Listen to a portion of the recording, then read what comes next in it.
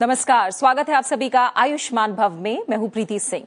आयुष्मान भव में आज बात करेंगे टॉन्सिल से जुड़ी समस्याओं की। सर्दी के मौसम में टॉन्सिल की समस्या अक्सर परेशान करती है। टॉन्सिल शरीर का एक बहुत जरूरी हिस्सा है।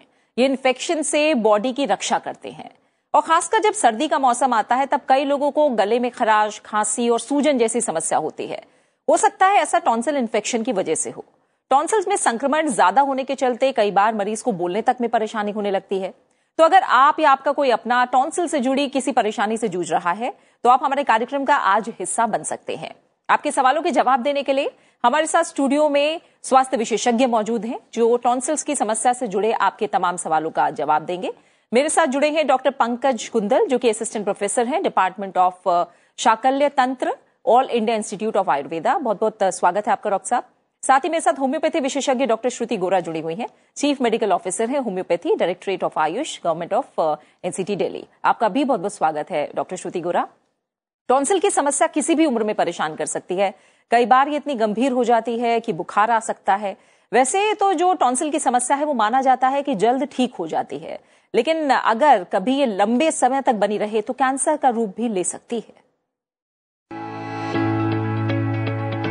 टॉन्सिल्स हमारे गले में पीछे की तरफ 2 लिम्फ नोड्स होते हैं जो हमारे शरीर में संक्रमण को रोककर हमारे शरीर के रक्षा तंत्र की तरह काम करते हैं। जब हमारे टॉन्सिल्स में इन्फेक्शन हो जाता है तो इस समस्या या कंडीशन को टॉन्सिलाइटिस कहा जाता है। टॉन्सिल्स हमारे शरीर के इम्यून सिस्टम के हिस्से के रूप में एक महत्वपूर्ण भूमिका निभाते हैं, जिसमें वो श्वसन तंत्र और शरीर के अन्य हिस्सों तक पहुंचने से पहले वायरल और जीवाणु संक्रमण से लड़ने में मदद करते हैं। टॉन्सिल्स में कुछ सेल्स होते हैं जो हमारे शरीर में प्रवेश करने वाले किसी भी संक्रमण को रोकते हैं।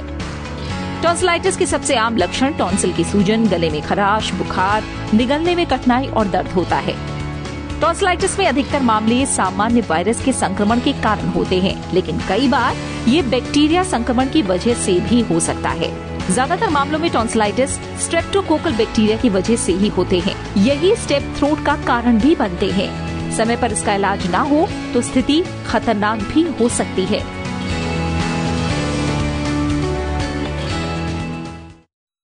तो टॉन्सिल की समस्या से जुड़ा आपका अगर कोई सवाल है तो आप हमें कॉल कीजिए। हमारे जो नंबर हैं वो लगातार टीवी स्क्रीन पर फ्लैश हो रहे हैं, आप हमें कॉल कर सकते हैं। डॉक्टर श्रुति गोरा, पहले मोटे तौर पर हमने समझाने की कोशिश की, आप थोड़ा बताइए कि टॉन्सिल्स क्या है, क्योंकि हम जानते हैं कि जब हम इम्यून सिस्टम या प्रतिरक्षा प्रणाली की बात करते हैं तो शरीर के तमाम अंग हैं जो एक साथ काम करते हैं। टॉन्सिल्स की भूमिका क्या है?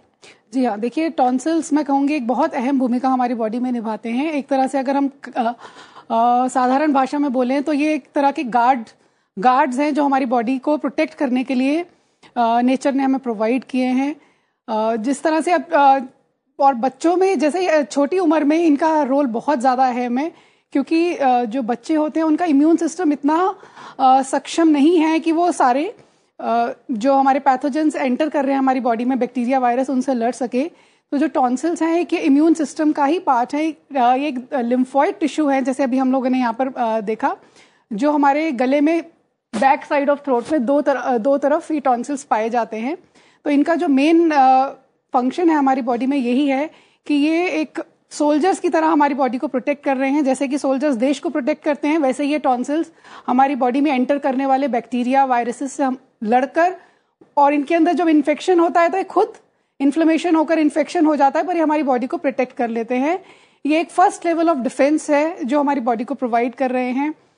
कोई भी जब भी बैक्टीरिया, वायरस मुंह से, नाक, गले से किसी भी फॉर्म में हमारी बॉडी में एंटर कर रहा है तो जो ये टॉन्सिल्स टिश्यू है ये लिम्फोसाइट्स प्रोड्यूस करते हैं, वाइट ब्लड सेल्स जो हमारी बॉडी में इन्फेक्शन फाइट करते हैं और एंटीबॉडीज प्रोड्यूस करते हैं, जिससे कि जो बैक्टीरिया, वायरस आ रहा है उसको वहीं पर खत्म कर देते हैं और हमारी बॉडी में वो एंटर नहीं कर पाता है।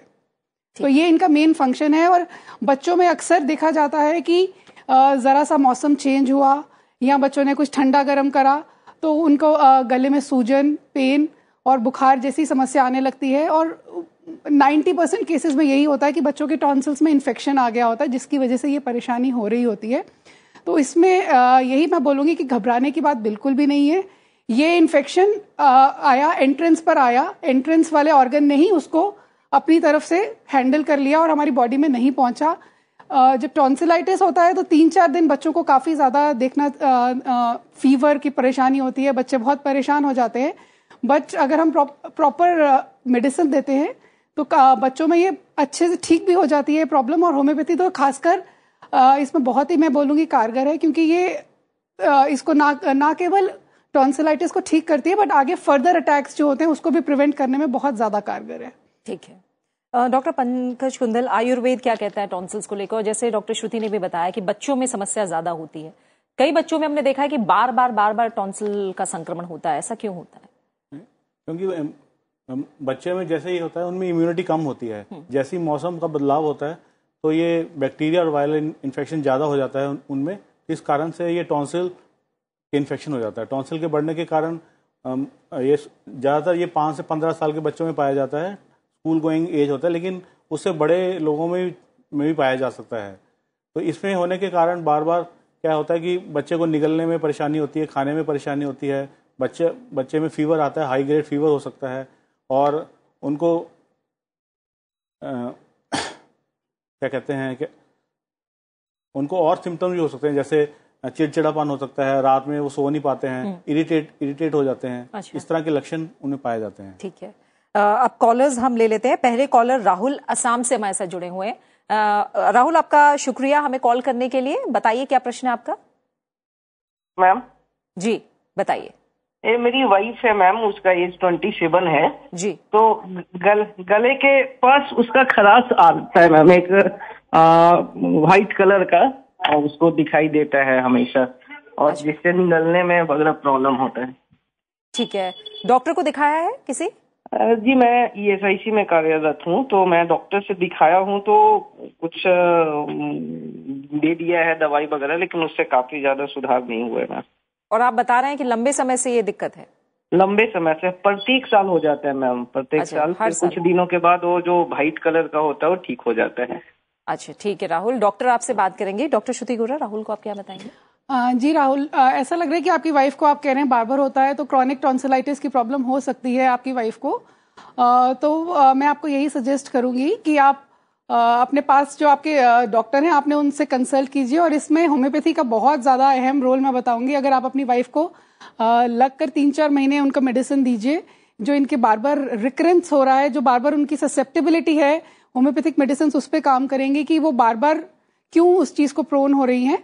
और साथ ही साथ थोड़ा सा आपको उनकी लाइफस्टाइल में भी चेंजेस लाइए। थोड़ा सा उनको डाइट में बोलिए विटामिन सी वाले जो खाद्य पदार्थ है उनका सेवन वो ज्यादा करें, vitamin D, vitamin A, fluids वो ज्यादा लें। और उनको जब ये परेशानी होती है, और वैसे भी नॉर्मल में भी अगर उनका टॉन्सिल्स थोड़े ससेप्टेबल ज्यादा हैं, तो मैं ये सजेस्ट करूंगी कि वो रूटीन में गुनगुने पानी के गरारे रेगुलरली दिन में 2 बारी करा करें, और अच्छी डाइट लें, और अपने होम्योपैथिक विशेषज्ञ को दिखाएं और मेडिसिन लें, जिससे उनकी ये समस्या जल्दी दूर हो सके। बिल्कुल। अगले कॉलर हमारे साथ जुड़े हुए हैं। एम कुमार ने हमें आंध्र प्रदेश से कॉल किया है। एम कुमार जी, आपका स्वागत है कार्यक्रम में। बताइए क्या प्रश्न है आपका?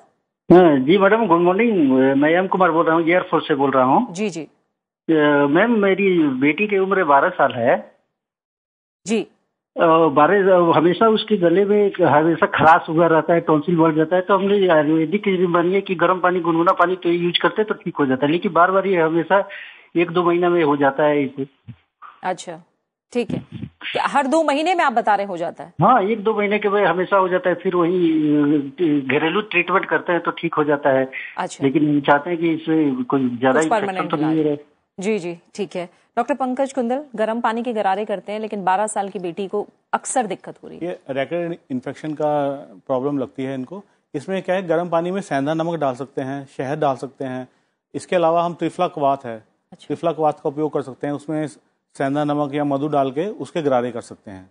और इनको एक प्रोसीजर है हमारा आयुर्वेद में, जल नेति। जल नेति में क्या करते हैं कि एक नेति पात्र होता है, उसमें हम सेंधा नमक डालते हैं और उससे नेजल डूशिंग करते हैं। अगर वो ये प्रोसीजर सीख जाए बच्चा, तो ये इस प्रॉब्लम से ज़्यादा इससे निजात मिल सकती है। नेजल डूशिंग जो आप कह रहे हैं वो टॉन्सिल्स के लिए भी अच्छा है? टॉन्सिल्स के लिए अच्छा है, क्योंकि उससे क्या है कि जो नोज नाक में जो भी बैक्टीरिया है, वायरसेस हैं, वो फ्लश आउट हो जाएंगे। अच्छा। जल नेति करने से। ठीक है ठीक है। तो इसका सहारा आप ले सकते हैं। डॉक्टर श्रुति गोरा, इसी से जुड़ा प्रश्न है, जैसे 12 साल की बेटी है, मैं ये समझना चाहूंगी कि जैसे मैंने शुरू में भी जानना चाहा कि कुछ लोगों को बार बार हो रहा है, तो क्या उन्हें लगातार जो जिन चीजों से राहत मिल रही है वो लगातार करते रहना पड़ेगा? देखिए, एक तो यहाँ पे दो चीजें आती हैं प्रीति, बार बार हो रहा है।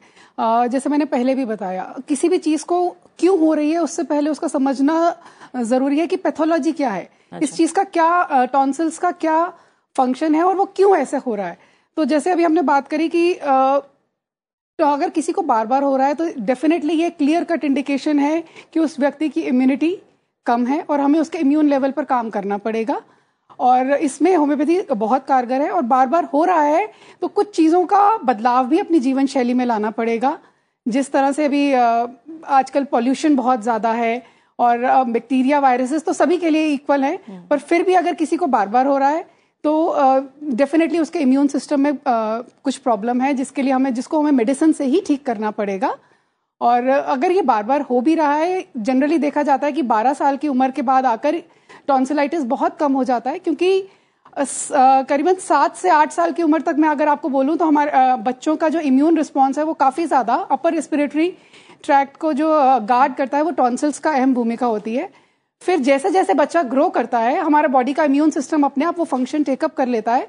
तो इसलिए देखा जाता है कि जनरली 10-12 साल के बाद टॉन्सिलाइटिस के इन्फेक्शंस बहुत कम हो जाते हैं। तो अगर हमें जैसे किस बच्चे को ज्यादा हो रहा है, तो यहाँ पर हमारी 2 टाइप की अप्रोचेस रहती हैं कि हम एक तो उसका एक्यूट फेज में जब बच्चे को प्रॉब्लम हो रही है, हम उसको कैसे उसकी परेशानी से निजात दिलवाएं, साथ में कुछ अपना डाइटरी और कुछ और परहेज करके, जैसे गर्म पानी पिएं, गुनगुना पानी पिएं, ज्यादा ठंडे गर्म का थोड़ा परहेज करें कि गर्म सर्द ना हो। साथ साथ हम अपनी होम्योपैथिक मेडिसिन देते हैं जिससे कि बच्चे की ससेप्टेबिलिटी इंक्रीज होती है, बच्चा कम वल्नरेबल हो, इन सारे इन्फेक्शन से कम ग्रसित हो। और ऐसा देखा गया है कि जैसे जैसे 12 साल के बाद होते हैं तो इन्फेक्शंस काफी हद तक कम हो जाते हैं, क्योंकि हमारा बॉडी का इम्यून सिस्टम टेक ओवर कर लेता है इस चीज को। 2 कॉलर और जुड़े हैं। प्रसाद ने हमें दिल्ली से कॉल किया है, पहले उनका कॉल लेंगे। प्रसाद, आपका स्वागत है कार्यक्रम में, बताइए क्या प्रश्न है आपका।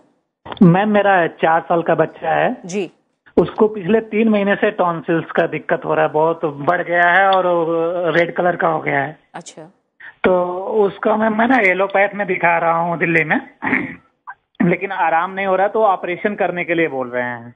तो मैं अभी ऑपरेशन करवाया नहीं, तो मैं सोचा एक बार बात कर लूँ, आपका अभी प्रोग्राम देखा तो। ठीक है, हम दोनों डॉक्टर से सलाह लेंगे। डॉक्टर कुंदल, 4 साल के बच्चा जो 3 साल से ठीक नहीं हो रहा है, तो क्या ऑपरेशन ही एकमात्र उपाय है? 3 महीने से ऑपरेशन कराने से पहले कुछ आयुर्वेदिक औषधियों का प्रयोग कर सकते हैं हम। जैसे इसमें हल्दी को दूध में मिला के अगर पिया जाए तो इसमें इन्फेक्शन को रोकने में बहुत मदद मिलती है। ठीक है, इसका प्रयोग भी कर सकते हैं। बाकी हम उनसे एक बार पता भी कर लेते हैं। प्रशांत, अगर आप जुड़े हुए हैं हमारे साथ कॉल पे, तो आप ये बताइए कि आपने एलोपैथी के अलावा कुछ और भी घरेलू उपाय किए हैं क्या? जैसे सर बता रहे हैं, हल्दी और दूध। हल्दी दूध तो शाम को डेली दे रहा हूँ। ठीक है, ठीक है, बाकी तो कुछ नहीं किया। और मैम, ठीक है, बाकी बच्चे को, जैसे बच्चे बाहर का जंक फूड खाते हैं, बिस्किट, नमकीन, कुरकुरे वगैरह खाते हैं, आइसक्रीम खाते हैं, ये ऐसी चीजों से परहेज करना चाहिए। और फ्रिज से एकदम से कोई भी फ्रूट निकाल के एकदम से नहीं खाना है। और जो खट्टे फ्रूट्स हैं जैसे संतरा है, केला है, इस तरह की चीजों से भी परहेज करना चाहिए। ठीक है, डॉक्टर श्रुति गोरा, आप क्या बताएंगे? मैं इसमें ये बताऊंगी, जिस तरह से बोल रहे हैं कि इनको बच्चे को बार बार हो रहा है और इनको एलोपैथिक डॉक्टर ने एडवाइस कर दिया है सर्जरी के लिए, मैं इनको बिल्कुल भी सर्जरी की एडवाइस नहीं दूंगी। क्योंकि जैसे कि हम बात कर रहे हैं, टॉन्सिल्स का एक अहम रोल है हमारी बॉडी में, और ये चीज़ ये समझें कि ये स्वाभाविक है। 8-10 साल तक थोड़ा सा परेशानी अगर बच्चे की टेंडेंसी है, तो अगर ये मेडिसिन प्रॉपर लेते हैं तो इनकी बच्चे की टेंडेंसी काफ़ी हद तक कम हो जाएगी, उसके अटैक्स जो हो रहे हैं वो कम हो जाएंगे, रिकरेंस कम हो जाएगा, और बच्चा 8-10 साल के बाद एक नॉर्मली ही इन सारी एलर्जी से ग्रो आउट कर जाता है। ये हमारा एक नॉर्मल फिजियोलॉजी है हमारी बॉडी की। तो अगर अभी ये टॉन्सिल्स रिमूव करा लेंगे, उससे क्या होगा, उससे इनका बच्चा और ज्यादा ससेप्टेबल, क्योंकि बच्चे की इम्यूनिटी लो है, बार बार इन्फेक्शन हो रहा है, दैट मीन्स इम्यूनिटी बच्चे की कम है।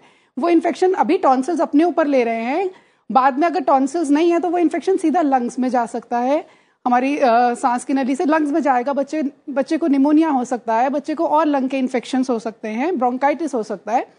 तो अगर इन्होंने अभी तक अगर होम्योपैथी ट्रीटमेंट नहीं लिया है, तो मैं इनको यही सलाह दूंगी, आप अपने पास के निकटतम कोई भी अच्छे होम्योपैथिक विशेषज्ञ के पास जाएं, वो आइन के बच्चे का पूरा केस लेंगे, प्रॉपर कॉन्स्टिट्यूशनल ट्रीटमेंट देंगे, साथ में सिम्टोमेटिक ट्रीटमेंट देंगे और कुछ चीज़ों का परहेज, जैसे बच्चे का जीवन शैली में थोड़ा सा बच्चे को ठंडे से, अगर ठंडी चीज़ों से बचा के रखें, बच्चे को नियमित रूप से गरारे कराएं और हल्दी वाला दूध देंगे, तो ये काफ़ी हद तक इस चीज़ को बच्चे का कोप अप करके बिना सर्जरी के इनका काम हो जाएगा। बिल्कुल। और अगले कॉलर राजू ने हमें मध्य प्रदेश से कॉल किया है। आपका स्वागत है राजू, प्रश्न पूछ सकते हैं आप। अगले कॉलर राजू ने हमें राजू, टीवी की आवाज कम करके एक बार में सवाल पूछिए अपना। राजू, टीवी की आवाज कम करके एक बार में सवाल पूछिए अपना। जी नमस्कार। नमस्कार, बताइए। जी, मेरी खुद की समस्या है जी। मेरे दाई तरफ एक मसौड़ा हो रहा है, वो ठीक नहीं हो पा रहा है, बार बार दर्द करता है। मैंने बहुत सा ट्रीटमेंट भी करवा लिया है उसका। ये टॉन्सिल की समस्या बताई है आपको डॉक्टर ने? टॉन्सिल में दर्द होता है दोनों गले के टाइप।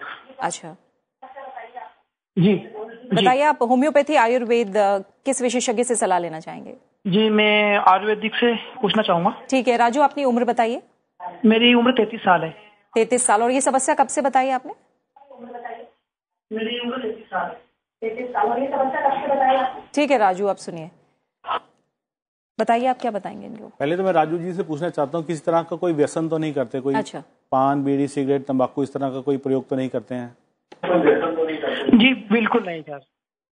अगर ये नहीं करते हैं तो आप एक पंचवल्कल कवाथ आता है, आप उसके गरारे कर सकते हैं। मधु और सैंधव मिला के उसके गरारे कर सकते हैं। मुलट्ठी चूर्ण का ऊपर मुलट्ठी चूर्ण को शहद में डाल के उस जो भी छाला है उसके ऊपर लगा सकते हैं। इस तरह की आयुर्वेदिक औषधियों का प्रयोग करेंगे तो आपको निश्चित रूप से इसमें फायदा मिलेगा। और जो चीजों का परहेज आप लोगों ने बताया वो इनको भी करना पड़ेगा, क्योंकि इनको भी टॉन्सिल की समस्या बार बार हो रही है। जैसे आपने ऑपरेशन को लेकर, सर्जरी को लेकर डॉक्टर श्रुति गोरा आपने बात बताई, ये कई लोग कहते हैं कि उनको कह दिया जाता है कि टॉन्सिल्स को आप रिमूव करवा दीजिए, हटवा दीजिए, तो इसका क्या असर, क्या बच्चों में ही ये है या बड़े को भी, अगर वयस्कों को भी कहा जाए तो भी एक बार सोचना चाहिए स्टेप के पहले? देखिए, 12 साल के बाद टॉन्सिल्स बहुत साइज में रिग्रेस हो जाते हैं। अगर आप अपने टॉन्सिल्स को कंपेयर करेंगे और अपने बच्चों का देखेंगे तो आप देखेंगे उनका टॉन्सिल्स का साइज बड़ा होगा।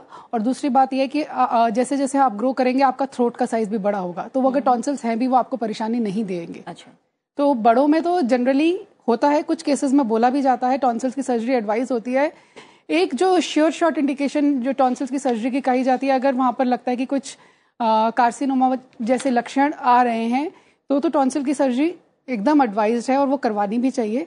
बट अदरवाइज बच्चों के केसेस में मैं बिल्कुल नहीं सलाह देती, अनलेस एंड अनटिल कि एकदम नेसेसरी है टॉन्सिल्स की सर्जरी कराना। क्योंकि क्या होता है कि ये एक, अगर हम इस चीज को समझें कि एक नॉर्मल चीज है, इसको ठीक होना है और ये क्यों हो रही है, और अगर कभी कभी बीच बीच में बच्चे को फीवर आ रहा है, तो फीवर भी अगर एक देखा जाए तो हमारी बॉडी का एक इम्यून रिस्पॉन्स है।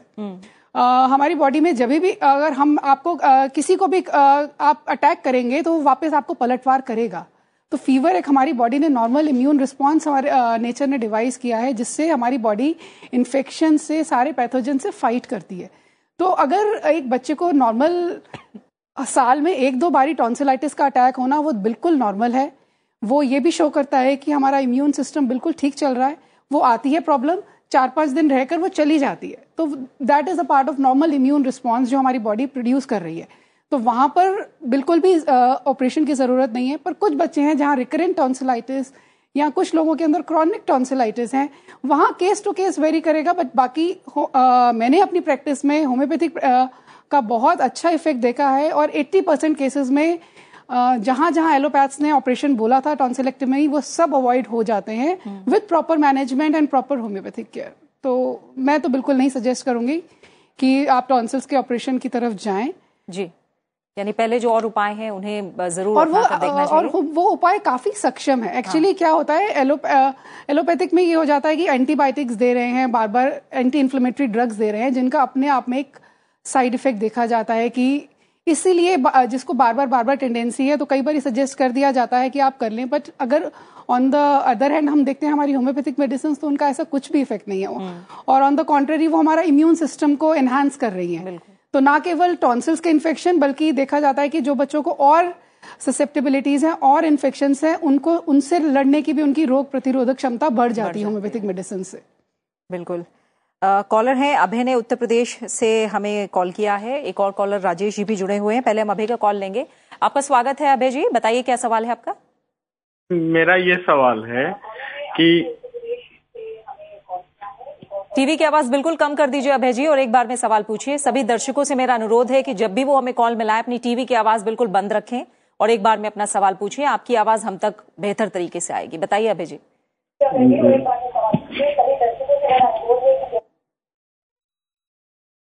जी मैडम जी, मैं सुबह जब सो के उठता हूँ तो मेरे गले में निनावा टाइप का हो जाता है, थूक वगैरह लेने में दिक्कत होता है। अच्छा, रोज सुबह ये दिक्कत होती है आपको? जी मैडम। अच्छा, और दिन में ठीक रहता है? हाँ, निनावा टाइप का, छाला टाइप का हल्का जीभ के बगल में रहता है ऊपर। आपने दिखाया किसी डॉक्टर को? जी, एक है, दिखाए थे डॉक्टर आनंद कुमार को। ठीक तो है। 1 हफ्ते की दवाई दी थी, उससे आराम मिला। खाना खाने में पहले दिक्कत होती थी। उन्होंने क्या टॉन्सिल्स की समस्या बताई है या कुछ और बताया है ऐसे? नहीं मैडम, केवल निनावा की दिक्कत है, खाना वगैरह लेने में दिक्कत। ठीक है, क्या सलाह देंगे आप डॉक्टर? जी, ये टॉन्सिल से समस्या से तो लगता नहीं है कि इनको है। तो इनको जैसे बताते हैं कि गला इनका चोक हो जाता है, तो इनको गर्म सुबह के ही समय होता है? सुबह के समय होता है, तो गर्म पानी में सेंधव नमक डाल के गरारे कर सकते हैं और स्टीम ले सकते हैं। इस तरह के उपाय करने से इनका गला थोड़ा खुलेगा। ठीक है। और थोड़ा अपना ओरल हाइजीन इम्प्रूव करेंगे। अगर इनको हो रहा है, इसका मतलब कि मुंह में बैक्टीरिया है जिसकी वजह से इनको हो रहा है, तो थोड़ा सा अपना ओरल हाइजीन ये कल इम्प्रूव करेंगे। हाँ, और जैसे दवा से आराम भी बता रहे हैं, तो आगे इलाज दवा से आराम भी मिल रहा है और कुछ पेट की समस्या भी हो सकती है। अगर छाला टाइप का ये बता रहे, टॉन्सिल्स तो नहीं है, तो थोड़ा पेट की समस्या भी हो सकती है और अपना ओरल हाइजीन इनको इम्प्रूव करे। बिल्कुल। हमें राजेश ने कॉल किया, महाराष्ट्र से हमारे साथ जुड़े हैं। राजेश जी, आपका स्वागत है। बताइए क्या प्रश्न है आपका। हेलो जी राजेश जी, बताइए, प्रश्न पूछिए। तो मेरा बच्चा है, 16 साल का है जी। तो उनको क्या है, टॉन्सिल हो गया है। तो उनका टॉन्सिल जो है हमेशा जो है वो बार बार जो है वो पीला पड़ जा रहा है। ठीक है, आप इलाज करवा रहे हैं? हाँ, दिखाया था मैं एलोपैथिक। ठीक है राजेश जी, तमाम जो सलाह है इससे जुड़ी वो लगातार दी जा रही है। आप बताइए, एलोपैथी, होम्योपैथी, किससे सलाह लेना चाहेंगे आप? एलोपैथिक आप करवा रहे हैं ट्रीटमेंट। ठीक है राजेश जी, आपने एक चीज और बताइए, जो आप बता रहे हैं 16 साल के बच्चे को ये दिक्कत है, पहले से ये दिक्कत है या हाल फिलहाल शुरू हुई है ज्यादा? पहले से ही दिक्कत है। ठीक है, आप डॉक्टर श्रुति गोरा क्या सलाह देंगे आप? सलाह ये दूंगी कि टॉन्सिलाइटिस रिकरेंट हो रहा है और जिस तरह से कह रहे हैं कि कुछ पीला पीला दिख रहा है, तो हो सकता है एब्सेस फॉर्मेशन, मतलब पस की फॉर्मेशन हो रही हो, उसकी वजह से हो रहा है।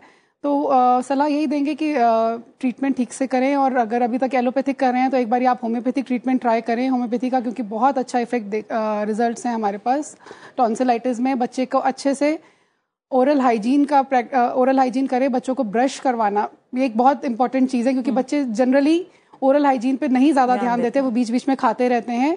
थोड़ा सा बच्चों की इस तरफ अगर बार बार हो रहा है तो थोड़ा ओरल हाइजीन पर ध्यान रखें। बच्चों को हमेशा जितनी बारी वो खाते हैं तो एक मेक श्योर करें कि वो गर्म पानी से कुल्ला ज़रूर करें, और दिन में 2 से 3 टाइम ब्रश करना भी उतना ही अनिवार्य है। और साथ में थोड़ा सा डाइट पे ध्यान दें, जंक फूड ना दें, क्योंकि क्या होता है कई बार ओरल हाइजीन, अगर बच्चे ज़्यादा शुगर वाला, मीठा, स्टार्ची फूड, जंक फूड, मैदे वाला खाना खाते हैं, तो वैसे भी देखा जाता है कि दांतों में कैविटी बन जाती है, जिसके कारण बैक्टीरिया वहाँ घर कर लेते हैं।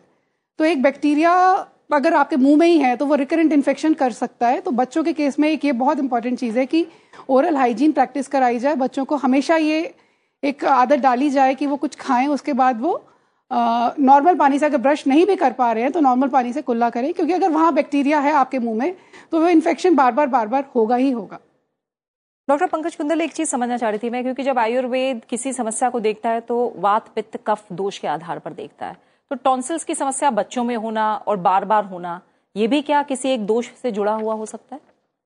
एक्चुअली ये टॉन्सिलाइटिस, ये आयुर्वेद में इसको तुंडिकेरी कहा गया है। अच्छा। तो इसमें ज्यादातर देखा गया है कि इसमें कफ दोष की ज्यादा दृष्टि रहती है। जब हम कफवर्धक पदार्थ खाते हैं, जैसे जंक फूड हो गया या कुछ ऐसी चीजें खाते हैं जैसे दही हो गया, मछली हो गया, इस तरह की चीजें जब हम खाते हैं तो कफ हमारा शरीर में बढ़ जाता है। तो कफ बढ़ने के कारण क्या है ये कि टॉन्सिलाइटिस की समस्या बढ़ जाती है, तो हम उसको शमन करने की औषधियाँ लेनी चाहिए। जैसे त्रिफला है, त्रिफला ले सकते हैं हम। इम्यूनिटी बढ़ाने वाली औषधियाँ ले सकते हैं, जैसे आंवले का मुरब्बा हो गया, उस तरह की चीज़ें ले सकते हैं।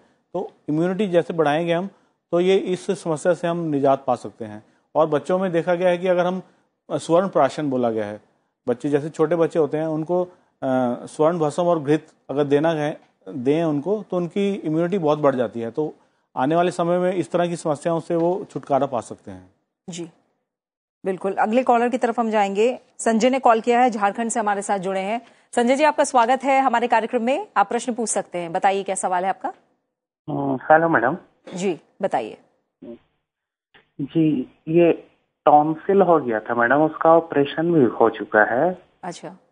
लेकिन ठीक दूसरे दिन के बाद गले में खराश बना हुआ रहता है। अच्छा। एक दिन ठीक रहता है और दूसरे दिन खराश रहता है। कितने दिन पहले ऑपरेशन करवाया आपने, सर्जरी? जी, वो लगभग 14 से 16 वर्ष की आयु में हुआ था मैडम। अभी आपकी उम्र क्या है? ये 45+। ठीक है, आप कुछ पूछेंगे संजय से? संजय जी, आपको ये कोई ऐसा पर्टिकुलर सीजन है या कोई ऐसी चीजें हैं जिससे आपको परेशानी होती है, या हमेशा बनी रहती है ऐसी परेशानी आपको? जी हमेशा मैडम, लगभग हर 2 दिन के बाद ऐसा खराश होता है। तो यही मैं पहले भी इसी बारे में बात कर रही थी कि कई बार यही होता है कि टॉन्सिल्स आपने रिमूव तो करा दी, मतलब पर आपकी इम्यूनिटी वीक है, इसी की वजह से बार बार इन्फेक्शन हो रहा है। तो मैं आपको यही सजेस्ट करूंगी कि कुछ ना कुछ ट्रिगरिंग फैक्टर्स हर एक की ह्यूमन बॉडी में होते हैं, जिसको वो अगर पहचान ले और उनको अवॉइड करे तो एक हद तक वो अपनी इलनेस को अवॉइड कर सकता है। तो आप अपने आसपास देखिए ऐसी कौन सी चीज़ें हैं जिनको आप लेते हैं उसके बाद आपको दिक्कत होती है। कोई ठंडी पदार्थ आप लेते हैं उसके बाद ये दिक्कत होती है, खट्टी चीज़ से होती है, या कोई मौसम के बदलाव से आपको ऐसी दिक्कत हो रही है, तो आप एक तो उन चीज़ों को अवॉइड करें। साथ ही आपको मैं ये सजेस्ट करूंगी कि आप थोड़ा विटामिन सी अपनी डाइट में उसका इंटेक थोड़ा बढ़ाएं, विटामिन सी का।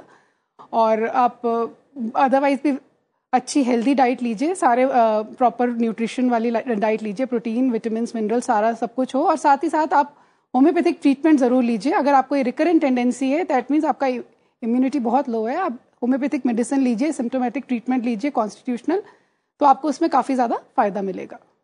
बिल्कुल।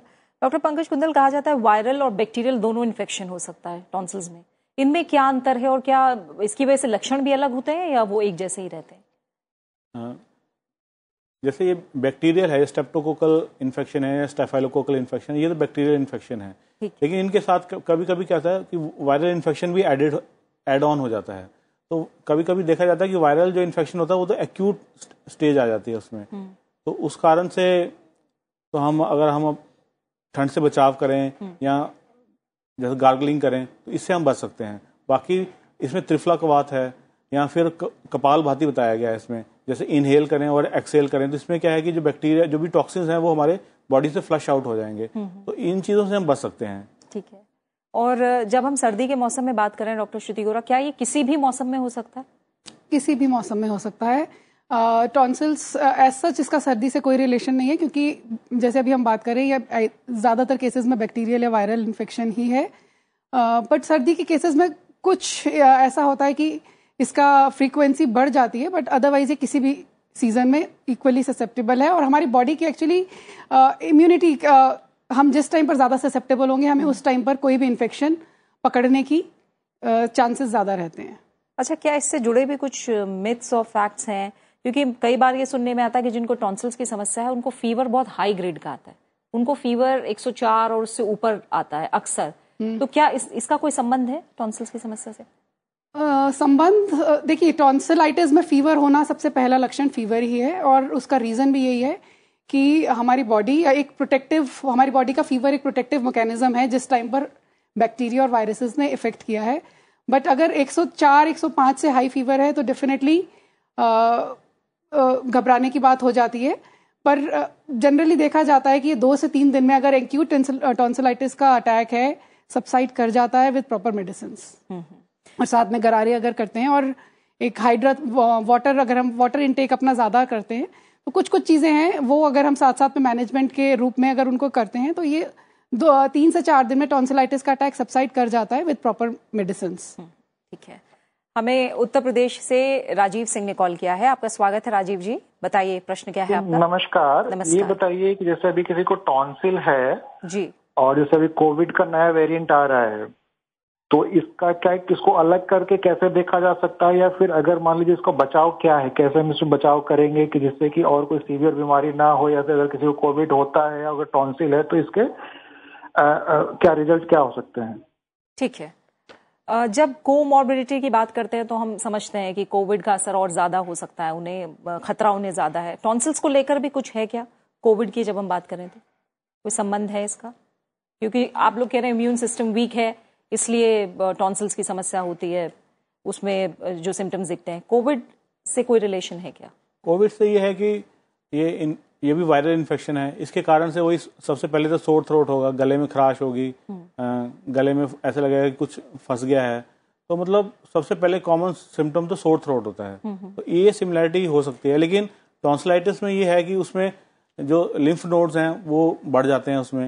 हालांकि ये कोविड में इस तरह का नहीं देखा गया अभी तक कि लिम्फ नोड एनलार्ज हो जाते हैं, सर्वाइकल लिम्फेडेनाइटिस वगैरह, ये सर्वाइकल लिम्फ नोड्स ये बढ़ जाते हैं, तो ये हम डिफ्रेंशिएट कर सकते हैं। बाकी टॉन्सिलाइटिस में पेन रेफर करती है कान में, ईयर एक हो सकती है, और बॉडी जनरल बॉडी में फीचर्स हो सकते हैं, बॉडी एक्स हो सकती हैं, मलेज हो सकता है, मतलब पूरा थकावट सी लग सकती है पेशेंट को, और एब्डोमिनल डिस्कम्फर्ट इस तरह के हो सकते हैं। ये टॉन्सिलाइटिस से जुड़े हुए सिम्टम्स हो सकते हैं, लेकिन वायरल इन्फेक्शन में इस तरह के अभी नहीं देखे गए। ठीक है। सिम्टम्स को लेकर अभी डॉक्टर ने बताया है। आप श्रुति गुरा, मैं थोड़ा सा खतरे को लेकर समझना चाहूंगी, क्या जिनको टॉन्सिल्स की समस्या उन्हें कोविड जैसा है जो इन्फेक्शन है उनका खतरा ज्यादा हो जाता है, या वो गंभीर स्थिति तक भी जा सकता है क्या अगर कोविड होता है तो? देखिए, टॉन्सिलाइटिस जब कोविड होगा, जो हम गले में खराश की बात करते हैं, अगर हमारे गले में टॉन्सिल्स बढ़ रहे हैं तो वो आपस में एसोसिएटेड हो सकते हैं। वायरल इलनेस है, उसने अटैक किया और टॉन्सिल्स इन्फ्लेम हो गए, तो ये होना तो एकदम नॉर्मल सी बात है, क्योंकि जब कोविड के भी जो शुरुआती सिम्टम्स यही आते हैं कि सोर थ्रोट हुआ, फीवर हुआ, उसके बाद जब वो लंग्स को प्रोग्रेस करती है डिजीज, तब कफिंग की समस्या कोविड में देखी जाती है। पर अगर जिसको रिकरेंट टॉन्सिलाइटिस की प्रॉब्लम है तो ये तो चीज समझी जा सकती है कि उनका इम्यून सिस्टम वीक है, तो वो थोड़े से ज्यादा ससेप्टेबल है कि उनको कोविड होने की भी संभावना ज्यादा रहेगी, तो उन्हें और ज्यादा प्रिकॉशंस लेनी की जरूरत है। बिल्कुल। अगले कॉलर हमारे साथ शेखर सिंह है, बिहार से हमें कॉल किया है। शेखर जी, आपका स्वागत है कार्यक्रम में, प्रश्न पूछिए, आप बताइए।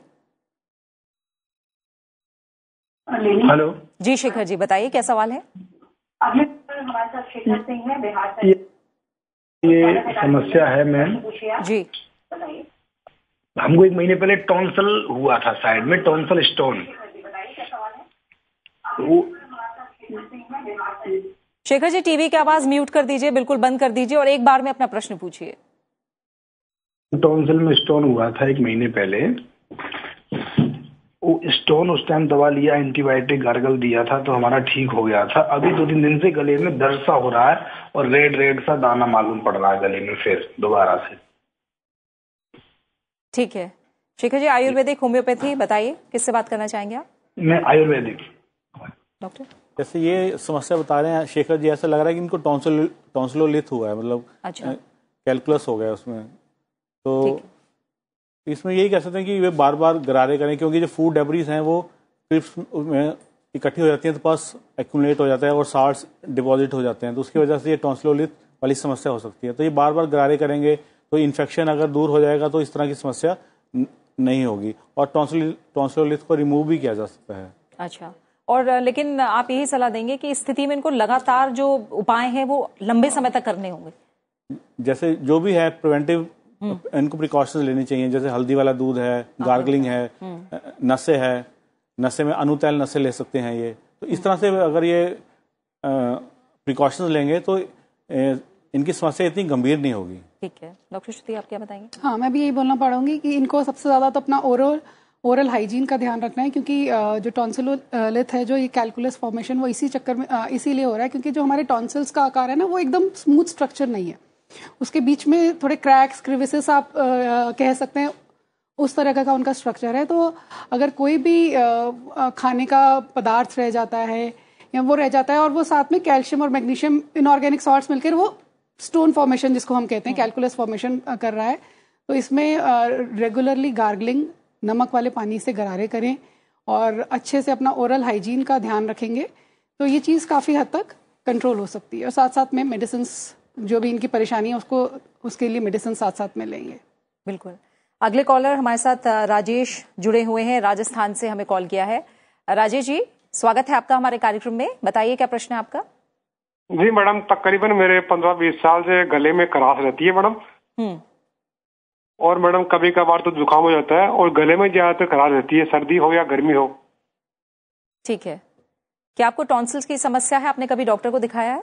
हाँ मैडम, डॉक्टर को दिखाया था, परंतु डॉक्टर ने तो टॉन्सिल के बारे में तो कुछ बताया नहीं, परंतु मेडिसिन मेरे गले का मतलब मेडिसिन चलता रहता है हमेशा, मतलब 10-5 दिन में लेता रहता हूँ मैं। ठीक, उन्होंने समस्या क्या बताई, आप बता पाएंगे राजेश, आपको क्या समस्या है?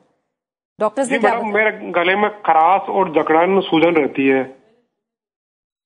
ठीक है, हम डॉक्टर से सलाह लेने की कोशिश करते हैं। डॉक्टर कुंदल, क्या समस्या हो सकती है गले में लगातार खराश का रहना? ये मोस्ट प्रोबेबली फेरेंजाइटिस हो सकता है कि ओरल ये फेरिंग्स में इन्फ्लेमेशन हो जाए, उस कारण से ये इस तरह की समस्या बता रहे हैं ये। तो टॉन्सिलाइटिस तो नहीं लग रहा, क्योंकि अपर रेस्पिरेटरी ट्रैक्ट इन्फेक्शन है तो मोस्ट प्रोबेबली आसपास के जो स्ट्रक्चर्स हैं उनमें भी इन्फ्लेमेशन रहती है, तो most probably it may be pharyngitis. ठीक है, और हम आपको बता दें हमारे साथ डॉक्टर एन माथुर जुड़े हुए हैं, जो कि प्रमुख हैं ENT अमृता अस्पताल फरीदाबाद के, और साथ ही एक्स डायरेक्टर है लेडी हार्डिंग मेडिकल कॉलेज नई दिल्ली। आपका बहुत बहुत स्वागत है डॉक्टर माथुर। जिस तरह से हम टॉन्सिल्स की समस्या की बात कर रहे हैं, आपकी इस पर राय क्या है? क्यों ये कुछ लोगों में बार बार होता है? बार बार बात हो रही है कि इम्यून सिस्टम जिनका वीक है उन्हें टॉन्सिल से जुड़ी दिक्कतें ज्यादा होती हैं, बच्चों में ये ज्यादा है। आपका टेक क्या है, आपकी राय क्या है इसे लेकर? तो दो एज ग्रुप्स हैं जिसमें टॉन्सिल्स ज़्यादा होते हैं। एक तो छोटे बच्चे जो अभी प्री स्कूल में जा रहे हैं, जो कि पहली बारी स्कूल में जाते हैं, जो प्री स्कूल में, और इंटरेक्ट करते हैं बच्चों से, तो उनको एडिनॉइड्स एंड टॉन्सिल्स ज़्यादा होते हैं। सेकेंड एज ग्रुप थोड़ा 3 साल बाद उसके आता है, जब वो प्रॉपर स्कूल में जाते हैं और उनका ग्रोथ स्पर्ट होता है, टॉन्सिल्स एंड एडिनॉइड्स थोड़ा एनलार्ज भी करते हैं, और उस एज ग्रुप में। और बाकी जो एडल्ट एज ग्रुप है वो डिफरेंट रीज़न से उसमें टॉन्सिल्स कभी कभी हो जाते हैं। अच्छी बात ये हुई है कि टॉन्सिल्स और एडिनॉइड्स सबसे ज़्यादा कॉमन कंडीशंस होती थी ऑपरेशन के लिए वर्ल्ड ओवर। थोड़े दिन के बाद, अब 20, 25, 30 साल के बाद, एंटीबायोटिक एरा अच्छा होने के बाद, अब वो स्थिति में थोड़ा बदलाव आया है, और अब वो सबसे ज़्यादा कॉमनली ऑपरेटेड डिजीज़ नहीं रह गई है। तो लेकिन टॉन्सिल्स जो हैं वो बच्चों की एज ग्रुप में और एडोलेसेंट एज ग्रुप में भी देखे जाते हैं। बिल्कुल। जिनको टॉन्सिल्स बार बार हो रहा है, जी, आपने कहा कि अब वो नहीं रहा है कि अब सीधा सर्जरी करनी पड़ जाए, एंटीबायोटिक्स भी काफ़ी एडवांस हो चुके हैं, जिनको बार बार होती है ये समस्या, उन्हें क्या करना चाहिए? नहीं, ये बात सही है कि अभी ऑपरेशन कम परसेंटेज वाइज कम हो गए, लेकिन फिर भी बहुत ज़्यादा हैं। ऐसा नहीं है कि अगर आपको बार बार टॉन्सिल है किसी को तो वो ऑपरेट ना करना पड़े। उसका 2-3 इंडिकेशंस हैं। 5 बारी साल में ज़्यादा अगर टॉन्सिल्स और फेरिंजाइटिस होती है तो this is one of the indication. लेकिन सबसे बड़ा जो इंडिकेशन जो एडल्ट्स में भी और बच्चों में भी है वो है ऑब्स्ट्रक्टिव स्लीप एपनिया, जिसके अंदर की टॉन्सिल का साइज़ और एडिनॉइड्स का साइज़ इतना ज़्यादा बढ़ जाता है कि सांस लेने में काफ़ी तकलीफ़ होती है बच्चे को और बड़ों को। तो उनकी स्लीप स्टडी कराते हैं और अगर देखते हैं कि उसमें ऑब्स्ट्रक्टिव स्लीप एपनिया है तो उनको टॉन्सिल निकाल देने से और एडिनॉइड्स निकाल देने से बहुत ज़्यादा फ़ायदा होता है। उनकी ग्रोथ स्पर्ट काफ़ी अच्छी हो जाती है और उनको और भी जो कंडीशंस हैं जो related to obstructive sleep apnoea है एडल्ट्स में, चाहे वो अफेक्ट ऑन हार्ट हो, चाहे वो डायबिटीज़ हो, चाहे वो अफेक्ट ऑन लिवर हो, there are so many things which are happening, specially affect on heart, तो वो नहीं होता है। तो वो बहुत बड़ी एक इंडिकेशन है। प्लस कोई कॉम्प्लिकेशंस हैं जो टॉन्सिल्स के, कई बारी टॉन्सिल बहुत दिन तक रहे तो कब ज़्यादा इन्फेक्शन होने के बाद पेरिटॉन्सिलर एब्सेस यहाँ पे एब्सेस वगैरह बन जाती हैं, तो उनके अंदर टॉन्सिलेक्टमी करनी पड़ती है। ठीक है, एक कॉलर हमारे साथ जुड़े हुए हैं। शंकर ने हमें बिहार से कॉल किया है। आपका स्वागत है शंकर जी, आप प्रश्न पूछ सकते हैं। बताइए क्या सवाल है आपका।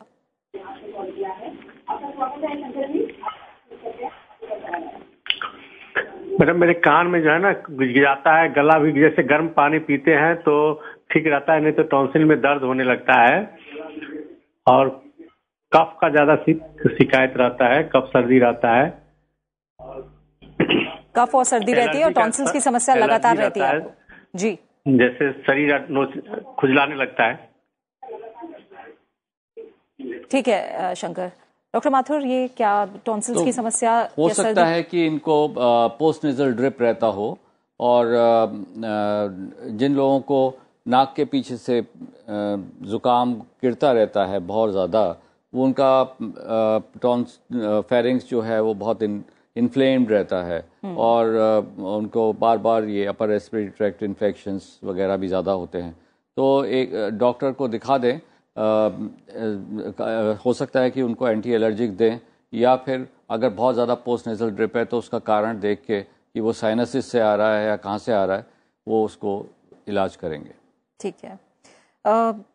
डॉक्टर कुंदल, आयुर्वेद के नज़रिए से थोड़ा बताइए कि जिनको टॉन्सिल्स की समस्या ज़्यादा है, आप लोग गर्म पानी और गर्म चीज़ों की बात कर रहे हैं, कौन सी ऐसी चीज़ें हैं जिनसे बिल्कुल परहेज करना चाहिए, वो आपके टॉन्सिल्स में और दिक्कत कर सकते हैं? टॉन्सिल्स में ये है कि जो खट्टी चीज़ें हैं और जंक फूड है, इस तरह की चीज़ें नहीं खानी चाहिए। और दही, छाछ और जो खट्टे फ्रूट्स हैं जैसे संतरा है, केला है, ये तो बिल्कुल अवॉइड करने चाहिए। मूली है, इस तरह की चीज़ें भी थोड़ी अवॉइड करनी चाहिए। और आपने क्योंकि विटामिन सी के बारे में कहा है, वो किस तरह से लिया जाए? आपने आंवला के बारे में बताया, किस तरह से लिया जाए ताकि वो खट्टे का असर ना हो? उसमें हमने ये बताया कि त्रिफला चूर्ण ले सकते हैं, त्रिफला कवाथ ले सकते हैं, वो आप ओरली भी ले सकते हैं और साथ में उसका गार्गल्स भी कर सकते हैं। त्रिफला कवाथ है, उसमें सेंधा नमक डाल के आप गार्गलिंग करेंगे तो जो भी टॉक्सिन्स हैं वो बॉडी से रिलीज हो जाएंगे। फिर मैंने आपको बताया था जल नेती है, उसमें भी हम सेंधा नमक लेते हैं, नेती पात्र लेते हैं, और उसमें क्या है, वो एक तरह से नेजल डूशिंग है, उससे भी जो टॉक्सिन्स हैं, बैक्टीरियल वायरल टॉक्सिन्स हैं, वो बॉडी से फ्लश आउट हो जाते हैं। तो इस तरह के अगर प्रोसीजर्स करें, कपाल भाती है, कपाल भाती करने से क्या कहते हैं, हम इनहेल ऑक्सीजन इनहेल करते हैं और एकदम से एक्सहेल करते हैं, तो इससे भी जो बैक्टीरिया टॉक्सिन्स बॉडी में है, नोज में है या भी म्यूकोजा में, नेजल म्यूकोजा में, ये सारे फ्लश आउट होते हैं। तो ये भी एक बचाव के उपाय हैं।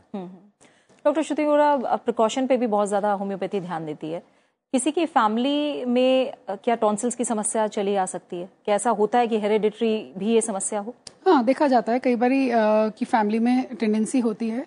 तो यहाँ पर हम लोग होम्योपैथी का बहुत अच्छा रोल समझते हैं, क्योंकि अगर टेंडेंसी आ रही है तो इसका मतलब कहीं ना कहीं कोई विकार है जिसको ठीक करना है और उसको इम्यून सिस्टम के लेवल पर ही ठीक करना है। तो यहाँ पर होम्योपैथी का एक बहुत पॉजिटिव रिस्पांस देखा भी गया है कि टेंडेंसी बहुत हद तक कम हो जाती है। जैसे जो अटैक्स साल में 6-7 बार ही होते थे, वो 2 या 3 बार ही होते हैं और उनकी सिवियरिटी काफ़ी कम हो गई।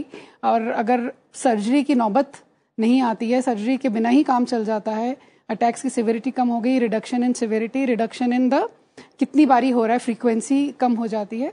तो यहाँ पर होम्योपैथी का बहुत अच्छा पॉजिटिव रोल है और देखा गया है कि काफ़ी ज़्यादा लोगों को इससे फ़ायदा भी होता है। ठीक है डॉक्टर माथुर, की सर्जरी को लेकर ही मैं समझना चाहूँगी आपसे। जब हम कहते हैं कि टॉन्सिल्स हमारी इम्यून सिस्टम का एक इम्पॉर्टेंट पार्ट है और उसको हटा दिया जाए अगर, तो हो सकता है इम्यून सिस्टम पर भी उसका असर हो, तो इसके बारे में आप क्या कहेंगे?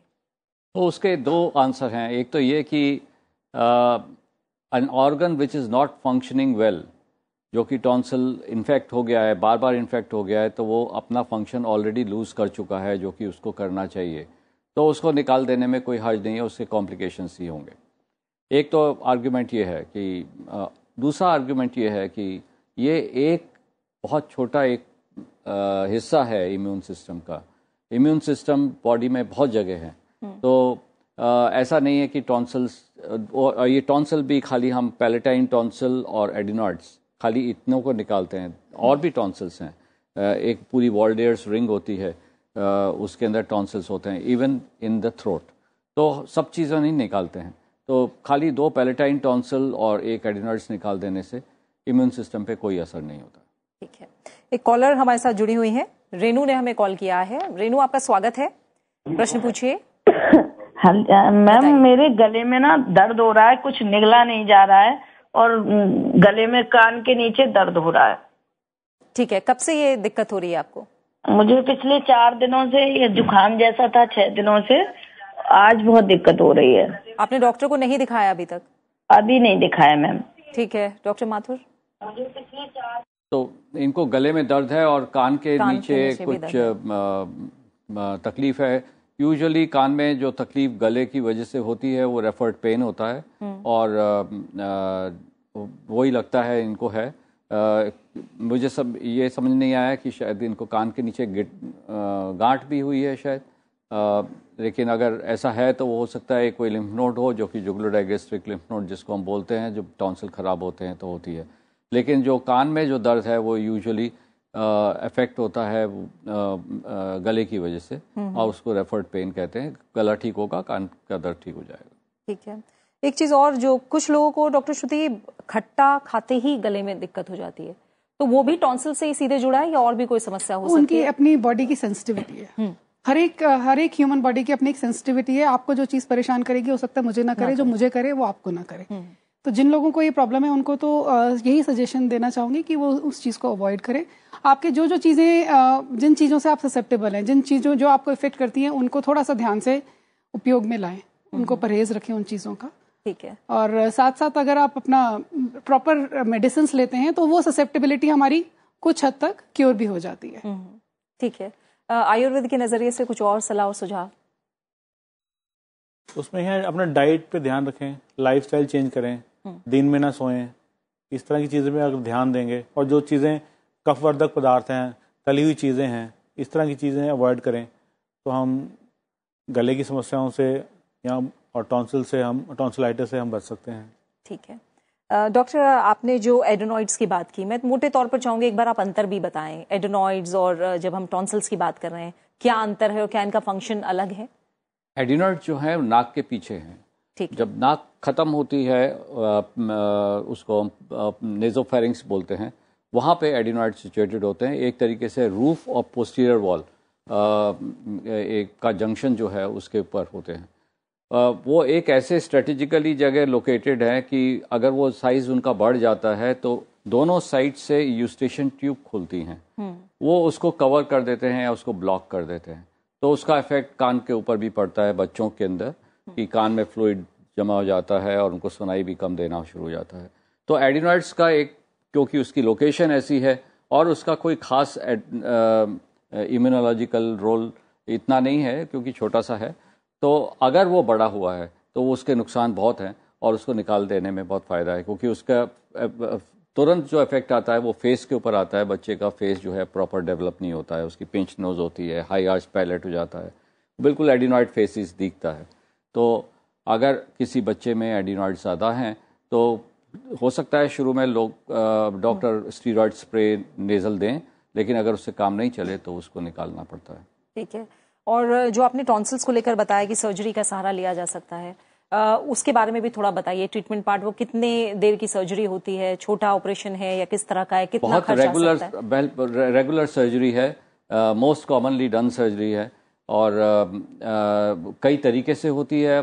कोल्ड स्टील से लेके लेजर से कोब्लेटर, बहुत सारे इक्विपमेंट हैं जिससे कि करी जा सकती है। लेकिन बेसिकली टॉन्सिल निकालना कोई इतना डिफ़िकल्ट काम नहीं है और एक सिंपल सा सर्जरी है। और वो उसके अंदर 1 दिन का एडमिशन ओवरनाइट यूजुअली लगता है। डे केयर टॉन्सिलेक्टमी भी करते हैं उसके अंदर डिफरेंट मेथड से, लेकिन यूजुअली एक दिन का नाइट का स्टे एंड सर्जरी हो जाती है। जी, नेहा ने हमें कॉल किया है, महाराष्ट्र से हमारे साथ जुड़ी हुई हैं। नेहा, आपका स्वागत है हमारे कार्यक्रम में, बताइए क्या प्रश्न है आपका? Hello sir and hello ma'am. बताइए नेहा। मैम, मेरी डॉटर है 4 ईयर ओल्ड की जी। उसे मैम बार बार प्रॉब्लम हो जाती है गले में, उसका गला हमेशा खराब ही रहता है और इसकी वजह से उसको वायरल हो जाता है, बुखार आ जाता है। ये बुखार इतना हाई हो जाता है कि मतलब उसकी इम्यूनिटी पूरी डाउन हो जाती है। ठीक है, आपने डॉक्टर को दिखाया अभी तक? डेज में बुखार आ रहा है, तो मैं समझ में नहीं आ रहा, तो मैं ये पूछना चाह रही थी कि क्या मैं अभी एलोपैथिक से शिफ्ट करके होम्योपैथिक ट्रीटमेंट ले लूं क्या? आप हमारे साथ बने रहिए नेहा, हो सकता है डॉक्टर आपसे कुछ सवाल करें। डॉक्टर गोरा। जी मैम।